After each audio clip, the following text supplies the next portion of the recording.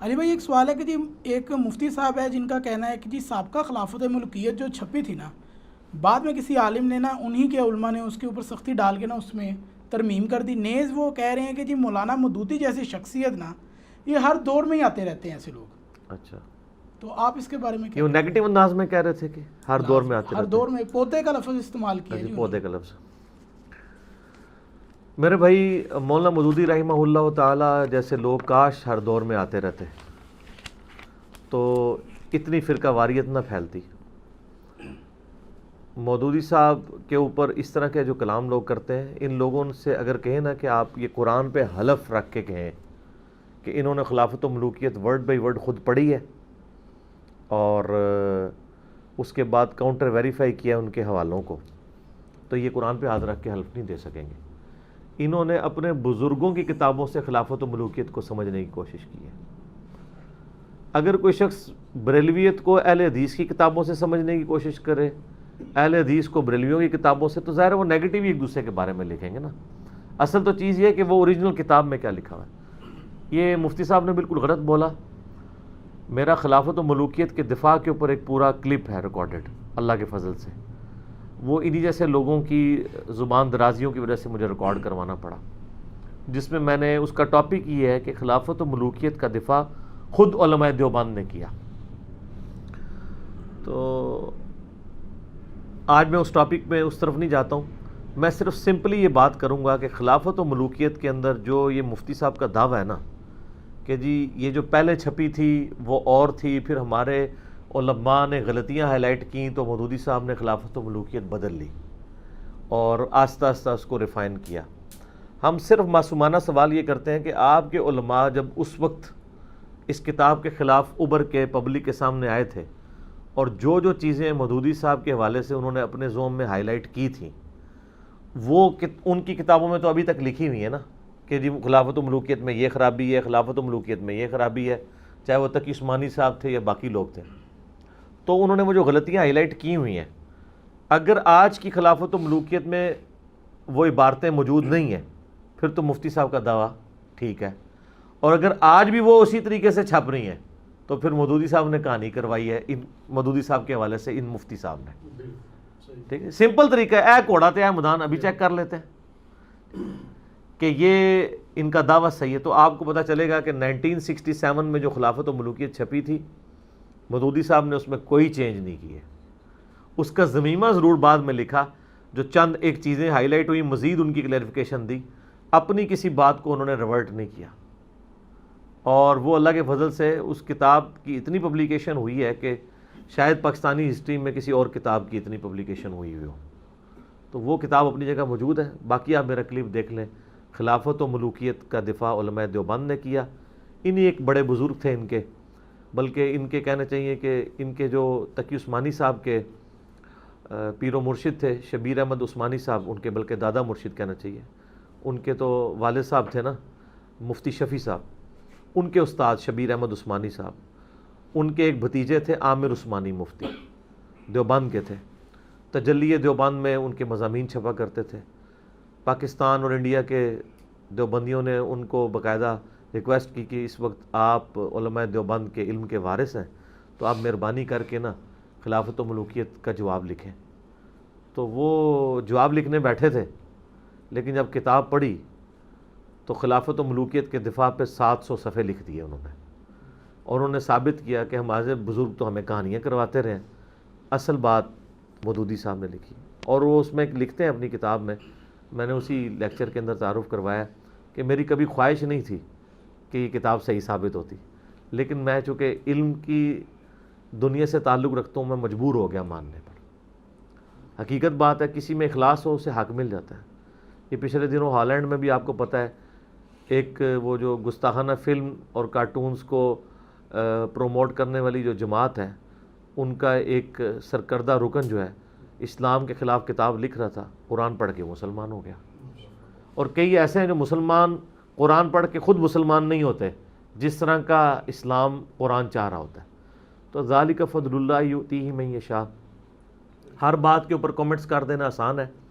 خلافت و ملوکیت کے بارے میں ڈاکٹر اسرار صاحب رحمہ اللہ تعالیٰ نے بھی دبے الفاظ کے اندر کچھ باتیں کی تھی، تو میں نے ان کا بھی رد کیا تھا کہ ایم ہی کسی کے اوپر کمنٹس کر دینا بڑا آسان ہے، ٹھیک ہے.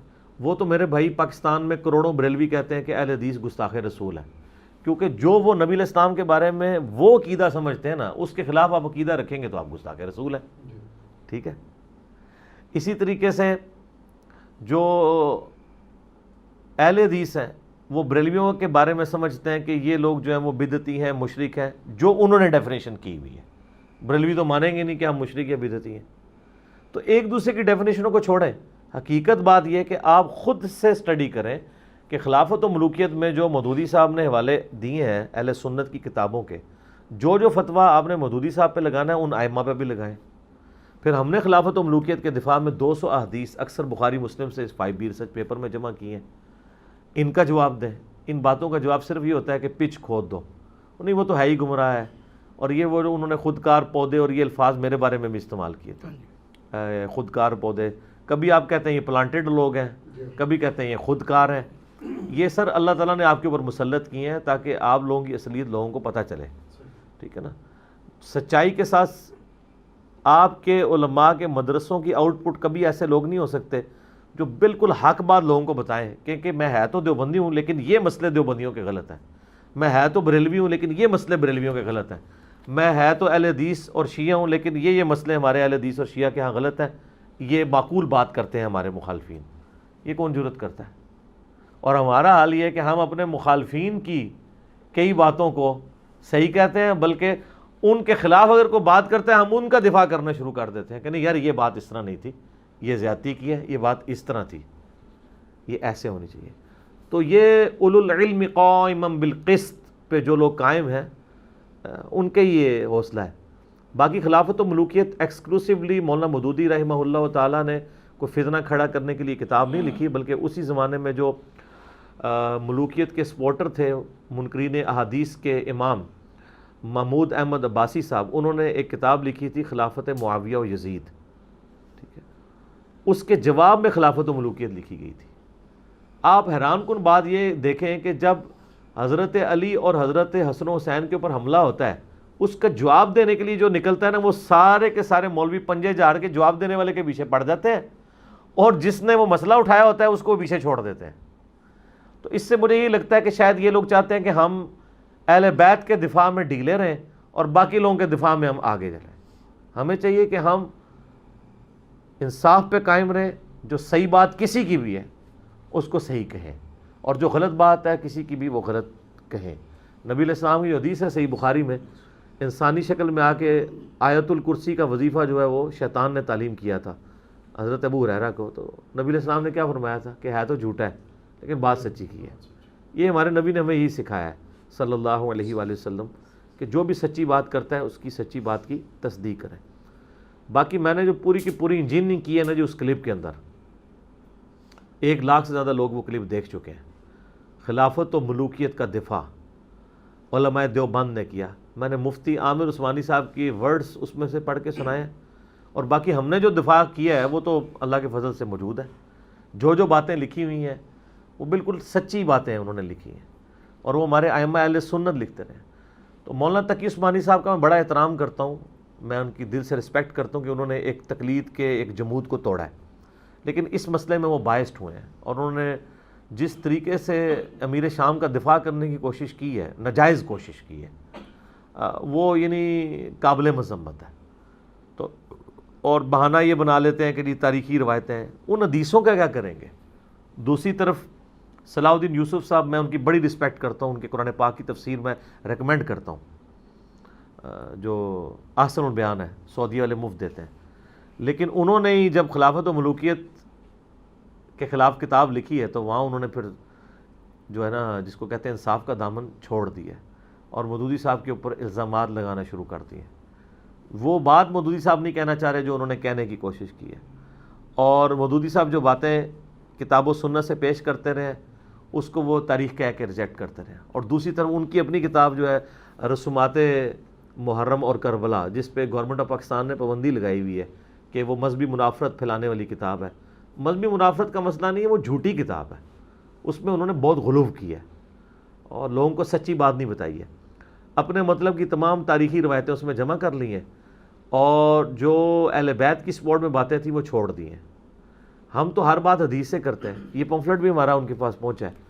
تو وہ جیسے بریلوی دیوبندی رفع الیدین کی حدیثیں دیکھنے یا پکڑنے سے انکار کر دیتے ہیں نا, وہ انہوں نے پمفلٹ لینے سے انکار کر دیا, اس لیے کہ ان تک یہ باتیں میرے لیکچرز آلریڈی پہنچ چکے تھے. تو ان کا کہیں یہ نہ ہو کہ وہ کوٹ ہی کر دے کہ انہوں نے پڑھا ہے تو جواب دیں, تو ان کا میں لیتا ہی نہیں ہوں. یہ وہی والا طریقہ ہے نا کہ جی آپ لا تسمعوا لهذا القرآن والغوا فيه لعلكم تغلبون, قرآن جب پڑھا جائے تو مت سنا کرو, شور مچا دیا کرو. یہ پمفلٹ بائی ہینڈ ان کو دیا ہے, ان کے پکے مریدین نے جو ہمارے لیکچر سن کے ان کو سچی بات پتہ چلی کہ بھئی ہم آپ لوگوں کی وجہ سے ریورٹ ہوئے تھے, آج ہمیں پتہ چل رہی ہے یہ دوسری سچائی, تو ہم چاہ رہے ہیں کہ ہم آپ کو وہ سچائی بتائیں جو آپ نے ہمیں نہیں بتائی تھی. یہی احسان کا بدلہ ہم اتار سکتے ہیں. ٹھیک ہے, تو اللہ کے فضل سے ان کی عوام اتار رہی ہے. تو وہ مفتی صاحب کا دعویٰ بالکل جھوٹا ہے, بے دلیل ہے. لے کے آئیں جی کون کون سی باتیں تھیں جن سے مودودی صاحب نے رجوع کر کے تو اپنی کتاب میں ایڈیشن کر کے تو وہ چیزیں نکال دی ہیں. مودودی صاحب نے بڑی ذمہ داری کے ساتھ وہ باتیں لکھی تھیں اور اللہ کے فضل سے ان کو رجوع کرنے کی ضرورت نہیں ہے.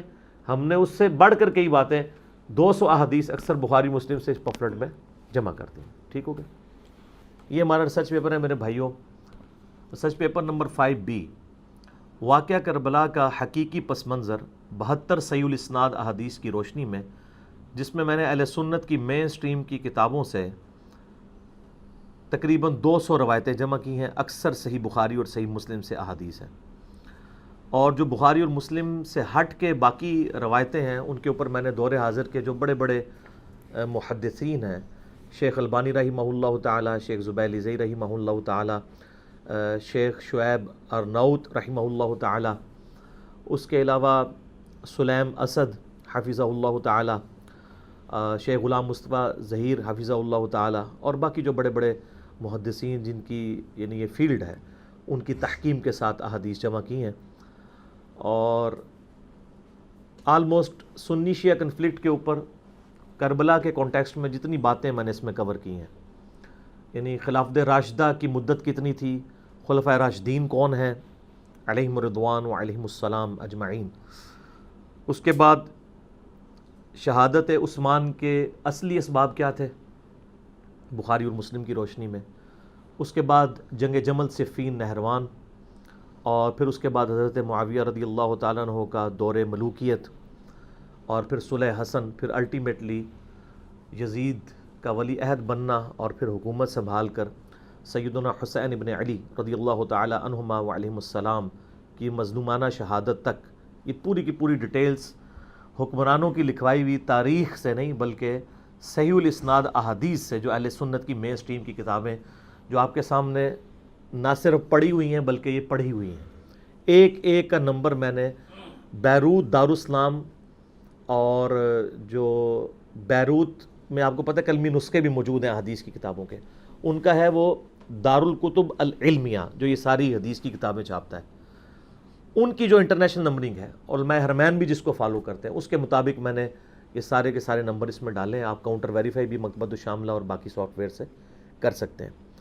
یہ ریسرچ پیپر میرے بھائیوں واقعہ کربلا کا حقیقی پس منظر 72 صحیح الاسناد احادیث کی روشنی میں, اس کی ہارڈ کاپی آپ ہماری اکیڈمی سے فری منگوا سکتے ہیں. اس کے لیے آپ ہمارے اکیڈمی کے نمبر کے اوپر رابطہ کر سکتے ہیں, +92-321-5900-162, +92 کے کوڈ کے ساتھ 321-5900-162. صبح 9 سے لے کر ظہر تک اور شام کو عصر سے لے کر مغرب تک یہ یعنی فون اویلیبل ہوتا ہے. اس پہ آپ رابطہ کر کے ہارڈ کاپی اپنے گھر فری منگوا سکتے ہیں. سافٹ کاپی کے لیے آپ ہماری ویب سائٹ ahlsunnatpak.com پہ جا کے ڈاؤن لوڈس والے پورشن سے اسے ڈاؤن لوڈ بھی کر سکتے ہیں. یہ سافٹ ویئر جو عربی اویلیبل ہیں یا اردو اویلیبل ہیں, ان میں جو آپ کے پاس آلریڈی PDF بھی اویلیبل ہیں حدیث کی کتابوں کے جو انٹرنیشنل نمبرنگ پہ ہیں, آپ ان کے ساتھ ان کو میچ کریں گے تو ایک ایک حدیث اسی نمبر کے اوپر انشاءاللہ تعالی ملے گی.